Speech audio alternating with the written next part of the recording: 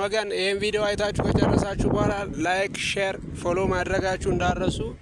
አሁን ያለንበት አካባቢ የካ ክፍለ ከተማ ወረዳ 10 አንቆርጫ መንደር ሴንተር አንቆርጫ መንደር ነው ያለነው። ይህን ቪዲዮ አይታችሁ ከጨረሳችሁ በኋላ ላይክ፣ ሰብስክራይብ፣ ሼር ማድረጋችሁ እንዳረሱ። ስለዚህ ይህን አካባቢ እንዴት አያችሁት? እንዴት ታዩታላችሁ?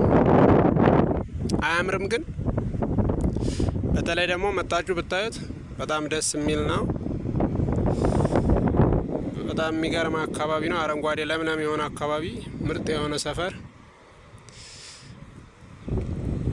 ስለዚህ ባይ